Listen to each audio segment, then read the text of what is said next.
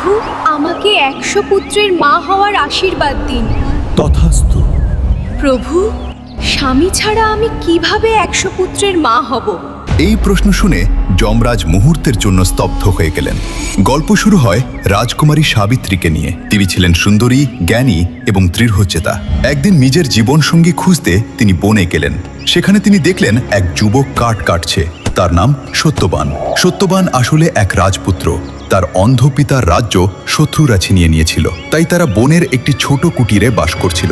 সব জানার পরও সাবিত্রী সত্যবানকেই বিয়ে করলেন। কিন্তু ঋষিরা বলেছিলেন সত্যবানের আয়ু আর মাত্র 1 বছর। 1 বছর পরে বনে কাঠ কাটার সময় সত্যবান হঠাৎ অসুস্থ হয়ে সাবিত্রীর কোলে নিস্তব্ধ হয়ে পড়ে। ঠিক তখনই যমরাজ এসে তার আত্মা নিয়ে যেতে লাগলেন। কিন্তু সাবিত্রী থামলেন না। তিনি মৃত্যুর পথেও যমরাজের পেছনে চললেন। তার দৃঢ় ভালোবাসা দেখে যমরাজ 3টি বর দিলেন।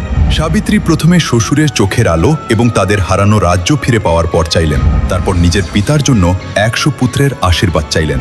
শেষে তিনি বললেন, প্রভু, আমাকে 100 পুত্রের মা হওয়ার আশীর্বাদ দিন। তখনই যমরাজ বুঝলেন সত্যবান বেঁচে না থাকলে তা সম্ভব নয়।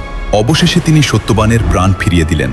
কমেন্টে জয় মহাকাল লিখুন, চ্যানেলটি সাবস্ক্রাইব করুন।